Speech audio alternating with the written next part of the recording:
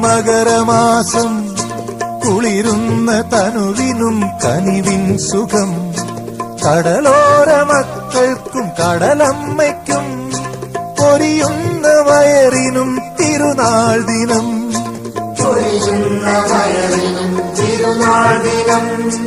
പൊരിയുന്ന വയറിനും തിരുനാൾ ദിനം